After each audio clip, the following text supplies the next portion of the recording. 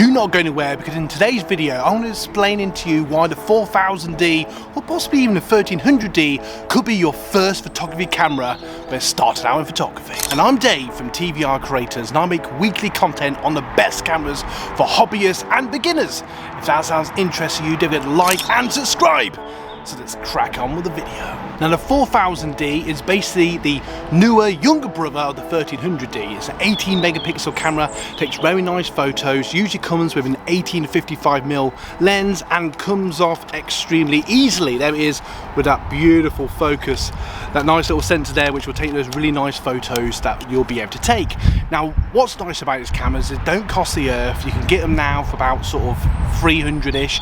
Bear in mind, if you look around second hand, you'll be able to find perhaps even a better deal. I've been looking around and finding them for sort of £200 or dollars. That's a great bargain at the moment, but I will leave a link to this in the description below. Now the 1300D and the 4000D are very similar. The 4000D is basically just has a better sensor, has a few more features, a bit more modern, feels a bit nicer. This is actually the 1300D, it's the first one I grabbed today, but they're very similar. And what's nice about these, you can have a nice big screen on the back, you can see exactly what you're taking photos of, it making photography feel more fun and more easy. And you know, these cameras are very easy to use. Now if you're a bit more old school, they do have a nice viewfinder which you can see exactly what you're taking photos of. But if you're like me and you come from a background of sort of camcorders, you might prefer the screen on the back. It's just a sort of an easy way to take photos. Now throughout this video I'll just show a few photos of what I've taken with this camera so you can see the sort of quality that you'll be getting. And you're both thinking, why do I need a camera like this? Well, I would say there's something nice, especially if you're, a keen photographer or it's a hobby you're starting out, to have something separate from your phone. So when you're taking those nice photos, you're not getting binged by social media or text messages or whatever. It's sometimes nice to have a camera that's just separate from your phone that takes really nice photos. Now, this 1300D or the 4000D, both 18 megapixels, easy to use settings on the back, has lots of settings on the top. Now my recommendation to begin with is just put into automatic and let the camera do the heavy lifting for you, but you can play around with sort of face mode and landscape mode and all the different modes. You can put it into manual mode, play around with the shutter speed and the ISO if you want to get that really perfect shot. And I would just little power tip, extending the shutter speed, you'll get more light into the lens, and it might be good for sort of nighttime photography, stuff like that, street photography, things like that.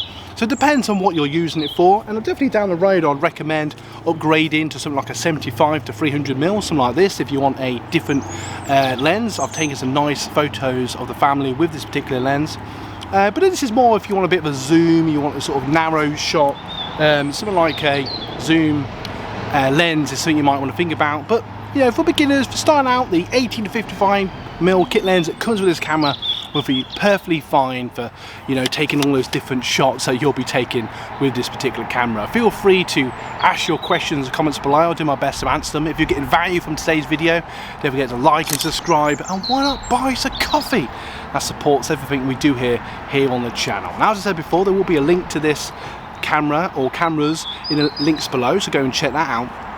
And I just want to show you a cool little thing about this camera. Make sure you got a tripod. A tripod is always your camera's best friend. Have a spare battery, make sure they're both charged so it runs out, doesn't matter. SD card, I'd get about 64, 128 gig. You can get bigger if you want, but you don't have to spend the earth on that. And just have fun with the camera, experiment with the camera, just see what happens. And if you're a bit unsure, just put it in auto mode, take pictures and experiment. Honestly, it's easy to go. And sometimes with a kit lens, if I put it into sort of manual mode and self-focus, that's sometimes a bit easier.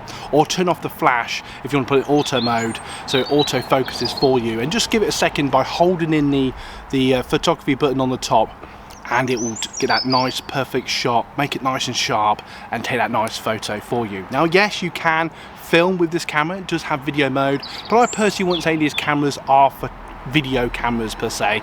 That's more cameras I've talked about on other videos on the channel, but this is definitely very much a photography camera when it's starting out.